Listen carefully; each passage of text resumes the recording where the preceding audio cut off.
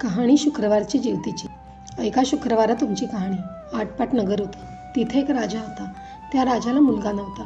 तेव्हा राणीनं एका सुईणीला बोलावून आणलं. अगं ग सुईणी, मला नाळवारीसुद्धा एक मुलगा गुपचूप आणून दे. मी तुला पुष्कळ द्रव्य देईन. सुईणीनं गोष्ट कबूल केली. ती त्या तपासावर राहिली. गावात एक गरीब ब्राह्मणाची बाई गर्भार राहिली. तेव्हा ती सुईण तिच्या घरी गेली आणि तिला सांगू लागली की बाई तू गरीब आहेस. तुझं बाळंतपणाचं पोट दुखू लागेल तेव्हा मला कळव. मी तुझं बाळंतपण फुकट करीन. तिनं होय म्हणून सांगितलं. नंतर ती सुईण राणीकडे आली. बाईसाहेब, आपल्या नगरात अमुक गरीब ब्राह्मणाची बाई गरोदर आहे. तिला नुकताच 2रा महिना लागला आहे. लक्षणं सर्व मुलाचीच दिसत आहेत. तेव्हा आपल्या घरापासून तो तेथपर्यंत काही कळणार नाही असं एक गुप्त भुयार तयार करावं. आपल्याला काही दिवस गेल्याची अफवा उठवावी. मी तुम्हाला नाळवारीचा मुलगा आणून देईन. असं ऐकल्याबरोबर राणीला मोठा आनंद झाला आणि जसे दिवस होत गेले त्याप्रमाणे डोहाळ्याचं डंब केलं. पोट मोठं दिसण्याकरता त्याच्यावर लुगड्याच्या घड्या बांधल्या. भुयार तयार केलं. 9 मास भरताच बाळंतपणाची तयारी केली. इकडे ब्राह्मणीण बाईचं पोट दुखू लागलं. सुईणीला बोलावं आलं. त्याबरोबर तुम्ही पुढं व्हा, मी येते म्हणून सांगितलं. धावत राणीकडे आली. पोट दुखण्याचं ढोंग करायला सांगितलं. नंतर ब्राह्मणाच्या घरी आली. बाई तुझी आहे पहिली खेप. डोळे बांधलीस तर भिणार नाहीस, नाही बांधलेस तर भय वाटेल असं सांगून तिचे डोळे बांधले. ती बाळंत झाली. मुलगा झाला. सुईणीनं एका दासीकडून भुयाराच्या वाटेनं मुलगा राणीकडे पाठवला व तिनं एक वरवंटा घेऊन त्यास एक कुंचा बांधला आणि तो तिच्या पुढे ठेवला. मग बाईचे डोळे सोडले.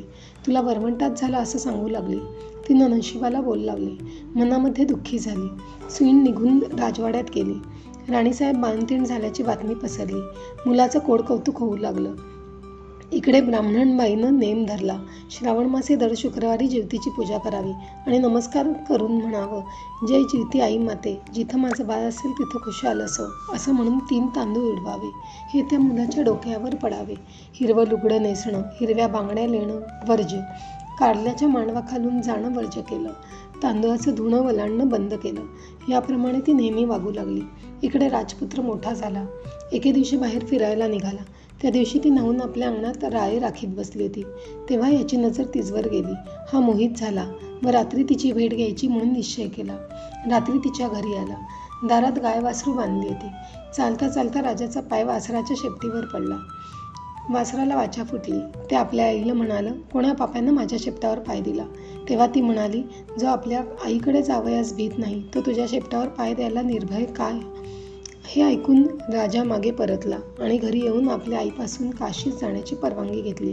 काशीत जाऊ लागला. जाता एका ब्राह्मणाच्या इथे उतरला.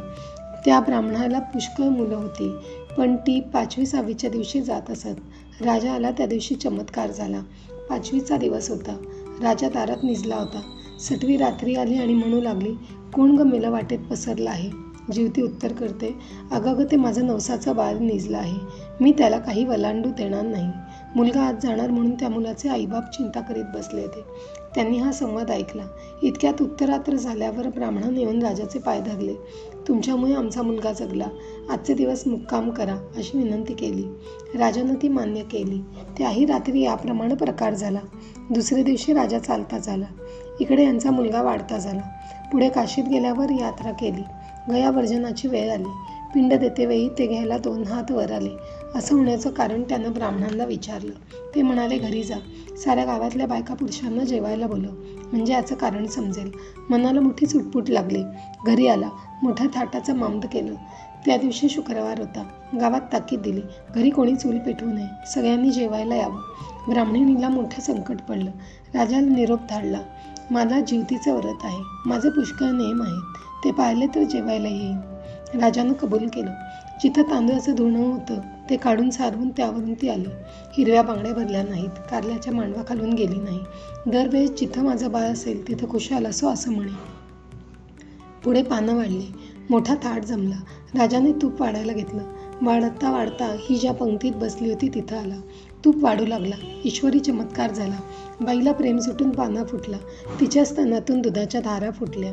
त्या याच्या तोंडात उडाल्या. तो हातची तपेली ठेवून रुसून निजला. काही केल्या उठेना. तेव्हा आई गेली. त्याची समजूत करू लागली. तो म्हणाला, असं होण्याचं कारण काय. तिनं सांगितलं, ती तुझी खरी आई, मी तुझी मानलेली आई असं सांगून सर्व हकीकत सांगितली. नंतर भोजनाचा समारंभ झाला.